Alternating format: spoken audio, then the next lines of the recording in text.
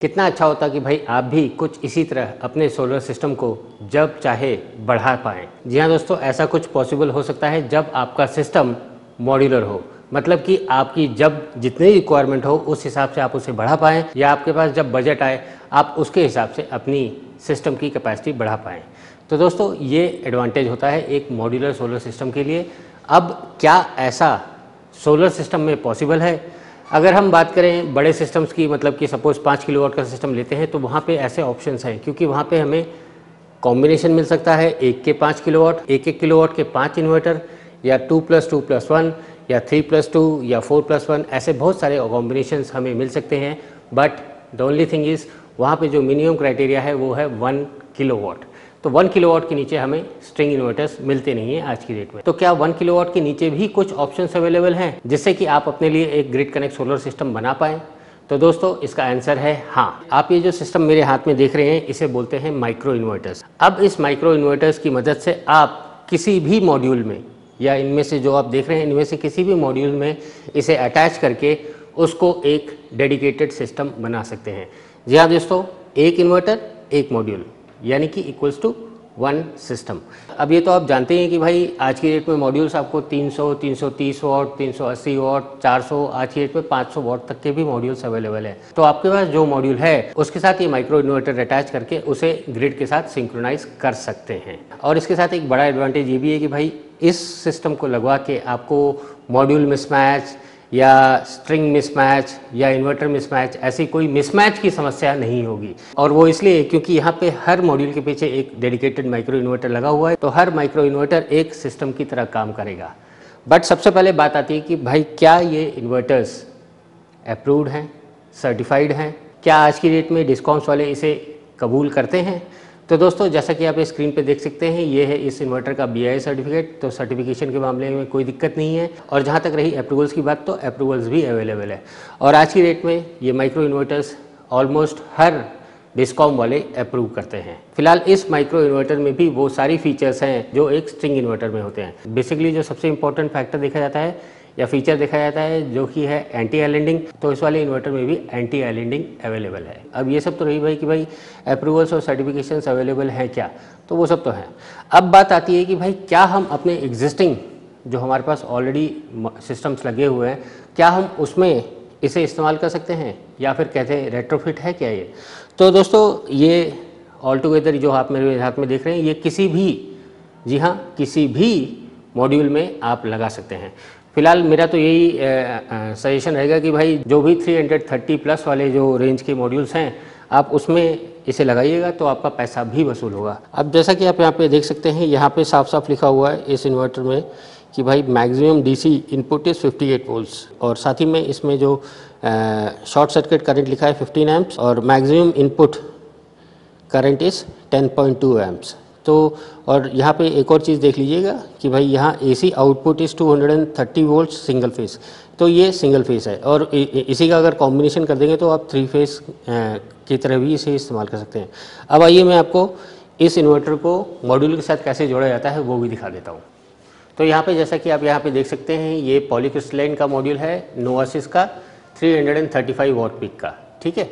ये BIS approved है, ये सब इसके अंदर लिखा हुआ है। एक मैं आपको इस पे जोड़ के दिखाऊंगा। और वहीं आप अगर यहाँ पे देखेंगे ये UTL सोलर का मॉड्यूल है 335 वॉट पीक का, ये भी पॉलीक्रिस्टलाइन ही है। और इसमें आपको देखना है open circuit voltage, that is VOC 46.15 यहाँ पे लिखा हुआ है। और इस वाले मॉड्यूल का जो VOC था, हाँ, वो लिखा है 46.25। तो मेन चीज़ है ये आपको देखना है। साथ ही में इसका एम्पेयर्स देखेंगे तो ISC हो जाएगा 9.25 और IMP ही 3.95। सेम इसी तरह इसका भी होगा। और हमने जैसे इस इन्वर्टर में भी देखा था, हमने यहाँ पे जो मैक्सिमम इनपुट करंट इस 10.2 एम्प्स और मैक्सिमम DC इनपुट वोल्टेज इस 58 वोल्ट्स, तो यहाँ पे मैच हो जाता है। यहाँ पे 46 है और यहाँ पे भी 46.15 है। आपको करना क्या है, ये इन्वर्टर किसी भी जो आपका इस मॉड्यूल को जो स्ट्रक्चर लगाएंगे इसे लगाने के लिए, आप उसको वहाँ पे किधर भी माउंट कर दीजिए। माउंट कर देंगे आप इसको, यहाँ पे नट बोल्टिंग कर दीजिएगा, यहाँ पे ये माउंट हो जाएगा कहीं भी स्ट्रक्चर में। अब ये होते हैं इसके इनपुट। अब ये रहे इसके मॉड्यूल के आउटपुट, ये यहाँ से DC आ रहा है, तो ये हो गया मेल, ये हो गया फीमेल। मेल यहाँ पे डाल देंगे, फीमेल को यहाँ से कनेक्ट कर देंगे और ये आपका ये हो गया इनपुट। दैट्स ऑल, आपको बस इतना ही करना है। उसके बाद यहाँ से आपको एक क्यू केबल दिखेगा, जैसा कि आप स्क्रीन पे देख सकते हैं, ये होता है क्यू केबल और ये चीज़ यहाँ पे आप कनेक्ट कर देंगे। यहाँ से यहाँ तक आप देख सकते हैं डीसी आया, इसमें यहाँ पे डीसी का एसी हुआ और यहाँ से आउटपुट निकल जाएगा एसी में। तो इसी तरह आप इसको यहाँ पे जोड़ सकते हैं। अब आइए मैं यूटीएल में भी जोड़ के दिखा देता हूँ। सेम ये सब तो हर एक के साथ मिलेगा, हर इन्वर्टर के साथ। मेल को फीमेल के साथ यहाँ से जोड़ देना है, मेल को फीमेल के साथ यहाँ से जोड़ देना है, उसी तरह फीमेल को मेल के साथ जोड़ देना है। ये कनेक्टर्स इसी के साथ रहेंगे। सेम आपका डीसी का सर्किट पूरा हो गया। यहाँ पे इन्वर्टर अपना काम करेगा और यहाँ पे आपका क्यू केबल लगेगा और ये आउटपुट निकल जाएगा। तो यहाँ पे आप 2-3 एडवांटेज यहाँ पे खुद ही देख सकते हैं कि यहाँ पे जो डीसी है उसका जो ट्रांसमिशन है बहुत ही कम है, तो आपका जो डीसी लॉसेस है वो एकदम मिनिमम है। इससे कम क्या हो सकता है, क्योंकि 1 मीटर से तो कम क्या वायर कोई मिलेगा। तो डीसी लॉसेस कम है। अब चूंकि डीसी लॉसेस कम है तो सिस्टम की एफिशिएंसी ऑब्वियस सी बात है कि भाई ज़्यादा बढ़ जाएगी। क्योंकि यहाँ पे जो डीसी का सेक्शन है वो बहुत ही कम है, तो यहाँ पे जो सेफ्टी का फैक्टर होता है जो डीसी में, चूँकि हमको मालूम है कि भाई 1500 वोल्ट्स के सिस्टम भी आज की डेट में डिज़ाइन हो रहे हैं, तो वहाँ पे सेफ्टी फैक्टर भी आ जाता है। तो यहाँ पे चूँकि हर मॉड्यूल के पीछे तुरंत के तुरंत डीसी यहाँ पे इन हो रहा है और तुरंत यहाँ पे क्यू केबल्स के द्वारा एसी निकाल दिया जा रहा है, तो यहाँ पे उतना खतरा नहीं होता। अब वहीं अगर हम इस प्रोडक्ट की वारंटीज़ गारंटीज़ की बात कर लें तो इस सिस्टम के ऊपर स्टैंडर्ड 10 ईयर्स की वारंटी मिलती है। और वहीं अगर हम आज की डेट में जो स्ट्रिंग इन्वर्टर्स मार्केट में मिल रहे हैं जो कि 1 किलोवाट के नीचे नहीं होते हैं, तो वो स्ट्रिंग इन्वर्टर्स के ऊपर जो वारंटीज़ मिल रही हैं वो स्टैंडर्ड 5 ईयर्स की मिल रही है। और अगर हम स्टैंडर्ड की बात कर लें तो वो 7 ईयर्स की हो जाती है। तो 7 ईयर्स स्ट्रिंग इन्वर्टर्स मिल रहा है और इसमें स्ट्रेट वे 10 ईयर्स की मिल रही है। और हाँ, इस वाले इन्वर्टर्स के ऊपर अगर आपको एक्सटेंडेड वारंटी चाहिए 20 साल की, 25 साल की, तो उसका भी ऑप्शन है। बट सबसे बड़ा और सबसे मज़ेदार या सबसे एडवांटेज वाली बात यह है कि भाई इस सिस्टम या इस इन्वर्टर के कारण आपका सिस्टम मॉड्यूलर हो जाता है। मॉड्यूलर मतलब कि आपके पास जब पैसा हो तब उतना आप ऐड कर लीजिए, जब आपकी रिक्वायरमेंट उस हिसाब से बढ़ रही हो तो आप उस हिसाब से ऐड कर लीजिए।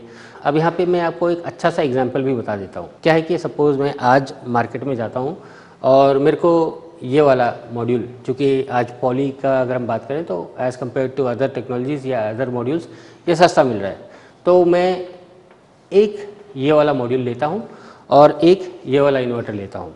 तो मैं इसको इसके साथ कॉम्बिनेशन करके बाकी इसको मैं ग्रिड के साथ सिंक्रोनाइज कर लेता हूँ। तो क्या हुआ, ये वाला मॉड्यूल और ये वाला इन्वर्टर मिलके ये एक सिस्टम हो गया। कल को मेरे पास पैसा आ जाता है और मुझे लगता है कि भाई ये सिस्टम जो मैंने लगाया वो सक्सेसफुल है, तो मैं और भी एडिशन करना चाहता हूँ, तो मार्केट में जाता हूँ, तब उसके लिए भी एक माइक्रो इन्वर्टर लूँगा और उसके साथ भी ये माइक्रो इन्वर्टर जोड़ूंगा और इसका कॉम्बिनेशन करके जो मेरा पूरा वाला सिस्टम था उसके साथ कॉम्बिनेशन करके मैं अपनी रिक्वायरमेंट फुलफिल करूँगा। अब उसी तरह मुझे लगता है कि भाई ये सक्सेसफुल है और मैं और भी एक्सटेंशन करना चाहता हूँ, मेरी रिक्वायरमेंट और बढ़ गई है, तो फिर मैं आगे जाता हूँ, तो मेरे को मिलता है भाई मोनोपर्क या कट सेल जो भी मिलता है।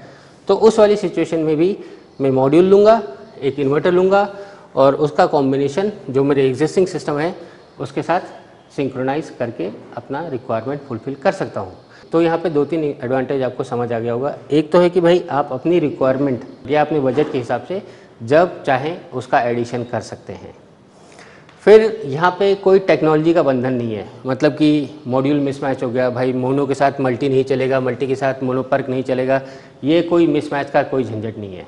दूसरा है साइजिंग का भी कोई झंझट नहीं हुआ कि भाई ये 300 वॉट पिक का था, ये 350 वॉट पिक का है और ये 400 वॉट पिक का है, तो ऐसा भी कुछ नहीं है। ये जितना जनरेट कर रहा है वो इसके साथ सिंक्रोनाइज होकर ये आउटपुट देगा, ये जितना जनरेट कर रहा है वो इसके साथ सिंक्रोनाइज होकर ये आउटपुट देगा, ये जितना जनरेट करेगा उसके साथ सिंक्रोनाइज होगा।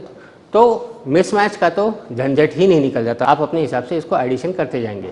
तो यहाँ पे मोटा मोटी हर मॉड्यूल एक डेडिकेटेड सिस्टम की तरह काम कर रहा है। और आप जैसा ये स्क्रीन पे देख सकते हैं, ये इसके साथ एक एडिशनल डिवाइस आता है जिसको बोलते हैं एनवॉय डिवाइस। और ये जितना भी सिस्टम को अगर आप रिमोटली मॉनिटर करना चाहते हैं तो आप इस एनवॉय डिवाइस के साथ आराम से अपने मोबाइल, अपने पीसी या अपने लैपटॉप के ऊपर देख सकते हैं कि भाई ये वाला मॉड्यूल का क्या परफॉर्मेंस है, ये वाले मॉड्यूल का परफॉर्मेंस क्या है, ये वाले मॉड्यूल का परफॉर्मेंस क्या है। क्या है कि ये तीनों अलग अलग सिस्टम की तरफ परफॉर्म कर रहे हैं और आपका तीनों का परफॉर्मेंस आपको उस एंड्रॉयड डिवाइस की मदद से अपने मोबाइल या लैपटॉप के ऊपर देख सकते हैं। अब आपके मन में इसकी कॉस्टिंग, इसकी अवेलेबिलिटी और ये सब के ऊपर भी क्वेश्चन आगे होंगे, मैं उन सब का जवाब दूंगा, बट उससे पहले मैं ज़रा इसके और भी फीचर्स बता देता हूँ। तो आपने देखा कि भाई आप किसी भी टेक्नोलॉजी के मॉड्यूल्स लेके इस इन्वर्टर की मदद से अपनी रिक्वायरमेंट फुलफिल कर सकते हैं। और जैसा कि आप सबको ही मालूम होगा कि भाई जो स्ट्रिंग इन्वर्टर्स में क्या होता है कि भाई आपको बेसिकली एक स्ट्रिंग बनाना होता है। स्ट्रिंग मतलब कि सीरीज़ बनानी होती है। सपोज़ 1 किलोवाट का सिस्टम बनाना है तो आप 300 के 4 मॉड्यूल लगाएंगे एक सीरीज़ में, यानी कि एक स्ट्रिंग में। तो इस सिचुएशन में क्या होता है कि भाई अगर आपने 4 मॉड्यूल्स एक स्ट्रिंग में लगाए हैं और स्ट्रिंग इन्वर्टर का इस्तेमाल किया है 1 किलोवाट का, अब अगर किसी एक मॉड्यूल के ऊपर भी शैडो आ जाता है, अब ध्यान से ज़रा सुनिएगा, किसी एक मॉड्यूल के ऊपर भी अगर शैडो आ जाता है तो क्या है कि भाई उस पूरे स्ट्रिंग की परफॉर्मेंस डिग्रेड या डाउन हो जाएगी। एक और बार बता देता हूँ, चारों मॉड्यूल स्ट्रिंग में लगे हुए हैं, आपके जो स्ट्रिंग इन्वर्टर्स में स्ट्रिंग में ही लगाए जाते हैं। आप चारों मॉड्यूल्स में से किसी एक भी मॉड्यूल के ऊपर शैडो आ जाता है तो पूरे स्ट्रिंग की, यानी कि चारों मॉड्यूल्स का जो आउटपुट है उसकी परफॉर्मेंस में अच्छा खासा फ़र्क बैठता है। और वहीं अगर आप माइक्रो इन्वर्टर्स का इस्तेमाल करते हैं तो जैसा कि हमने पहले ही बताया कि भाई हर मॉड्यूल के पीछे अपना एक डेडिकेटेड माइक्रो इन्वर्टर लगा रहेगा, तो यहाँ पे हर मॉड्यूल एक अलग अपना सिस्टम की तरह ऑपरेट करेगा। अगर यहाँ पे या इस वाले मॉड्यूल के ऊपर शैडो आएगा तो परफॉर्मेंस सिर्फ इसी मॉड्यूल की कम होगी, इस वाले मॉड्यूल की एकदम बरकरार रहेगी, इस वाले मॉड्यूल की उतनी ही रहेगी और उस वाले मॉड्यूल की भी उतनी रहेगी, क्योंकि इन तीनों के ऊपर कोई शैडो नहीं है और ये तीनों मॉड्यूल्स अपने हिसाब से चलेंगे। तो यहाँ पे चारों मॉड्यूल की परफॉर्मेंस में फ़र्क नहीं बैठेगा, सिर्फ और सिर्फ इस वाले मॉड्यूल का फ़र्क बैठेगा क्योंकि इसी पे शैडो है। तो ये एक बड़ा एडवांटेज है। तो आपने देख लिया ये मॉड्यूलर है, आप मॉड्यूल लेवल पे इस सिस्टम की परफॉर्मेंस देख सकते हैं। शैडो इफेक्ट उतना नहीं बढ़ेगा, string mismatch, module mismatch, technology mismatch, ऐसा कोई भी झंझट नहीं है। और हाँ, यहाँ पे एक और चीज़ बता देता हूँ कि सपोज़ कीजिए कि भाई आपका जो या साइट कंडीशन ऐसी कि भाई थोड़ी सी जगह इधर मिल रही है, थोड़ी सी जगह उधर मिल रही है और थोड़ी सी जगह इधर मिल रही है। बेसिकली बोला ये जाता है कि भाई साउथ डायरेक्शन विथ एक प्रॉपर लैटिट्यूड पे आपको ये सिस्टम लगाना चाहिए अच्छी परफॉर्मेंस के लिए।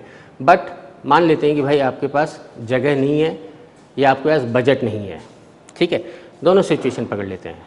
तो आपने फर्स्ट सिचुएशन में क्या किया, भाई एक मॉड्यूल लिया इस वाली जगह पे, क्योंकि जगह यहाँ पे सबसे अच्छी थी तो आपने सबसे अच्छी वाली जगह पे लगा दिया, यानी कि इस डायरेक्शन में लगा दिया। तो आपका ये एक सिस्टम यहाँ पे हो गया। कल को आपको और अच्छा लगा तो आपने इस वाली डायरेक्शन में लगा दिया, इस वाली भी डायरेक्शन में लगा दिया। अब यही चीज़ अगर आप स्ट्रिंग इन्वर्टर्स में करना चाहेंगे तो आप प्लीज़, मेरी तरफ से रिक्वेस्ट है कि आप जो आपको ये मार्केट में सिस्टम बेच रहे हैं आप ज़रा उनसे भी पता कीजिएगा कि भाई स्ट्रिंग इन्वर्टर चाहिए और मेरे को तीनों लोकेशन में अलग अलग मॉड्यूल्स लगाने हैं, तो क्या ऐसा पॉसिबल है? आप मुझे इस क्वेश्चन का जवाब इस वीडियो के कमेंट सेक्शन में ज़रूर लिख दीजिएगा। बट हाँ, अगर आप माइक्रो इन्वर्टर के साथ ये काम करते हैं तो सामने वाला एक अलग डेडिकेटेड सिस्टम हो गया, ये वाला एक अलग डेडिकेटेड सिस्टम हो गया, ये वाला एक अलग डेडिकेटेड सिस्टम हो गया। तो यहाँ पे कोई भी मिसमैच का सवाल ही नहीं होता है। मुझे यकीन है कि आपके मन में एक क्वेश्चन ज़रूर आया होगा कि भाई यहाँ से जो हम आउटपुट निकाल रहे हैं एसी वाला आउटपुट, क्या हम उससे अपने घर का लोड चला सकते हैं या क्या हम अपना फ़ैन या टुल्लू पंप या जो भी है एसी लोड चला सकते हैं? तो दोस्तों उसका आंसर है नहीं नहीं नहीं। ये सिस्टम ग्रिड के साथ सिंक्रोनाइज़ करने के बाद ही चलता है, या मैं किसी और वर्ड्स में समझाऊं तो यहाँ से आप इनपुट डालेंगे, ये जो एसी आउटपुट जो होगा वो ग्रिड के साथ सिंक्रोनाइज होने के बाद ही आप उसे इस्तेमाल कर सकते हैं, डायरेक्टली उसे आप नहीं इस्तेमाल कर सकते हैं। और एक और क्वेश्चन आया होगा आपके मन में कि क्या हम एक के ऊपर 2-3 का एडिशन करके नहीं डाल सकते? तो दोस्तों आपने यहाँ पे इसके स्पेसिफिकेशन वाले शीट में भी देखा और ये मॉड्यूल के स्पेसिफिकेशन वाले शीट में देखा, इसका VOC था 46 और इसका जो मैक्सिमम इनपुट था 58। तो 46 + 46 फिगर्स कुछ ज़्यादा हो जाते हैं, ये इनपुट लेगा नहीं। तो एक मॉड्यूल के पीछे एक मॉड्यूल ही लगेगा और इसका हायर वर्जन भी आ रहा है, बट उसके लिए आपको कुछ दिन इंतज़ार करना होगा। हाँ, मुझे यकीन है कि आपको इसकी प्राइसिंग और अवेलेबिलिटी के बारे में भी जानना चाहते होंगे, तो आपसे रिक्वेस्ट है कि आप ये स्क्रीन पे दिए हुए व्हाट्सएप नंबर पे माइक्रो इन्वर्टर्स लिख के व्हाट्सएप कर दीजिए। जी हाँ दोस्तों, जो स्क्रीन पे आपको व्हाट्सएप नंबर दिख रहा है उसके ऊपर आप लिख दीजिए माइक्रो इन्वर्टर्स। हम अपनी तरफ से इस माइक्रो इन्वर्टर से रिलेटेड जो भी इंफॉर्मेशन है pricing, availability, specification, data sheet, ये सब कुछ आपको आपके व्हाट्सएप नंबर पे भेज देंगे। तो दोस्तों आशा करता हूँ कि भाई जो भी इन्फॉर्मेशन हमने दिया वो आपके किसी न किसी काम आएगा। अगर ऐसा है तो आपसे बस एक ही रिक्वेस्ट है कि आप ये इन्फॉर्मेशन और लोगों के साथ भी शेयर कर दें, शायद ये इन्फॉर्मेशन उनके भी किसी काम आ सके। और हाँ दोस्तों, ये वीडियो ख़त्म करने से पहले मैं आपको एक इन्फॉर्मेशन देना चाहूँगा कि भाई अगर आप सोलर की फील्ड में एज ए वेंडर काम कर रहे हैं, मैन्युफैक्चरर काम कर रहे हैं, डीलर या डिस्ट्रीब्यूटर काम कर रहे हैं, तो आप अपने बिजनेस की लिस्टिंग हमारी website solar is my passion के ऊपर जाके कर सकते हैं। Presently it's free. आप अपने बिजनेस का डिटेल्स वहाँ पे जाके अपलोड कर सकते हैं। और आपको तो मालूम ही होगा कि भाई सोलर इज़ माई पैशन के ऊपर सिर्फ और सिर्फ सोलर से ही रिलेटेड इन्फॉर्मेशन होता है। तो सोलर सिस्टम खरीदने वाले कई लोग हमारे पास अप्रोच करते हैं, और अगर आपका इन्फॉर्मेशन हमारी वेबसाइट के ऊपर रहेगा तो शायद वो इंक्वायरीज़ आपके पास भी पहुंच सके। तो आपसे रिक्वेस्ट है कि आप अपनी बिजनेस की लिस्टिंग हमारी website solar is my passion के ऊपर ज़रूर करवा लीजिए। मैं अजित बहादुर आप सबका ये वीडियो देखने के लिए धन्यवाद देता हूँ। मिलते हैं नेक्स्ट वीडियो में नए टॉपिक के साथ। तब तक आप एंजॉय कीजिए the supreme source of energy, solar energy. जय हिंद।